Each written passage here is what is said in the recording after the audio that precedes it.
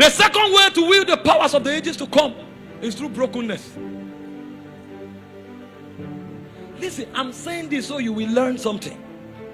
Our generation is deceived to think they can use revelation to get anything they are looking for.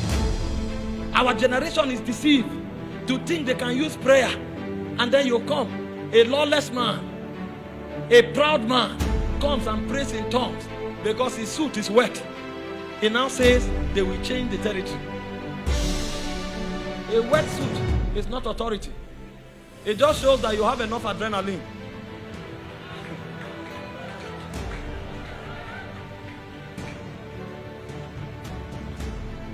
I preach on prayer. I preach on the ministry of the word, but I bring you eternal realities. If your prayer and your study of the word does not provoke brokenness, you are joking. The men that shook the world, find them. They are meek and broken men.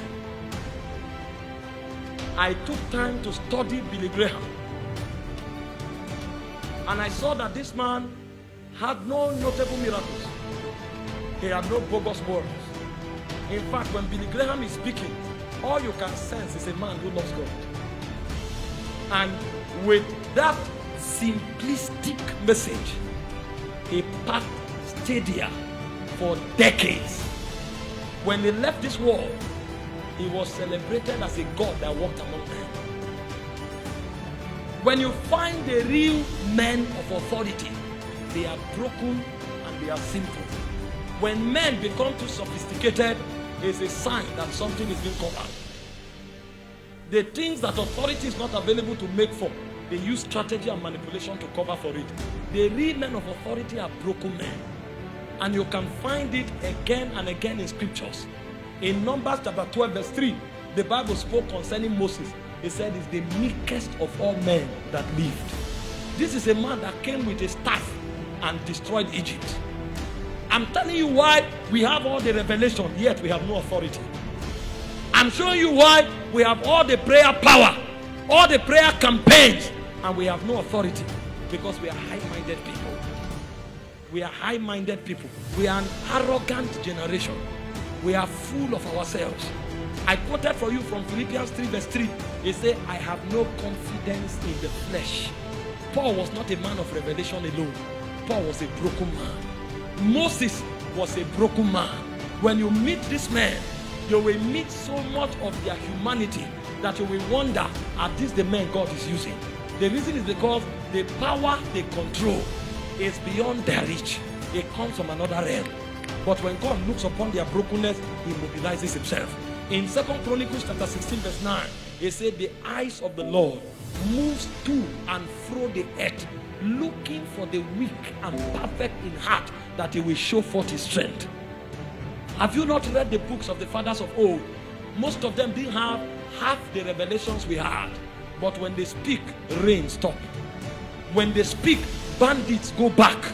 When they speak, governments are altered. We show up with all of the bogusness, and it shows the strength of our humanity. That's why we cannot change anything.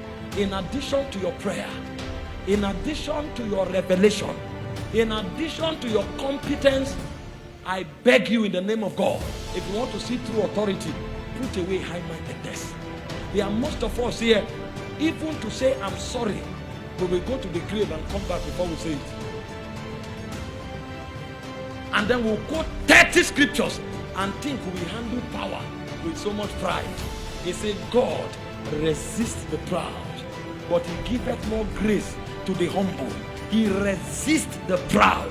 When you study David, there are 7 anointings that makes the Davidic order.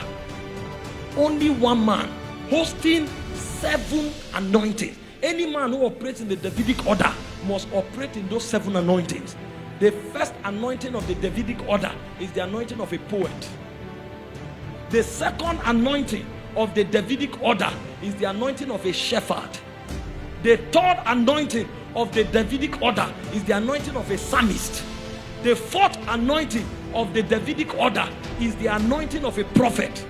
The fifth anointing of the Davidic order is the anointing of a king.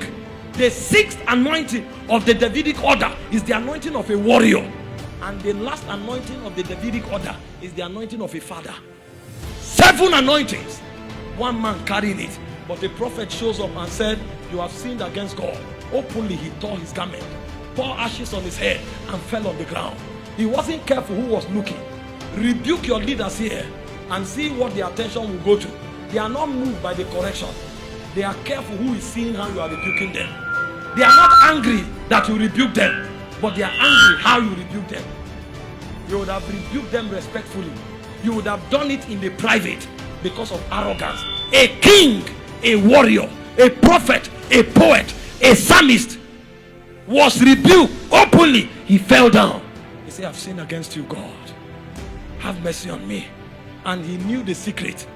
In Psalm 51 verse 17, he said, a contrite heart and a broken spirit thou shalt not despise. He knew the secret of power. That was why David, as one man, fought 44 battles. He never lost. He doesn't know what it means to lose, because there are too many graces. But the way you handle the Davidic mantle is not by revelation. The way you handle the Davidic mantle is not by prayer. The way you handle the Davidic mantle is by brokenness. Because God resists the proud, but he giveth more grace to the humble. If we want to see men that can change government, one signature they must carry is brokenness. Forget all this pride of prayer. Forget all this pride of revelation. We will say it and change nothing. We will prophesy it, nothing will happen. Because the people on the other side of the divide, they know the ordinances. They know what to do to host the spirit that powers them. Only in the church do we negate what is required. When you humble yourself, it takes nothing from you. It rather elevates you.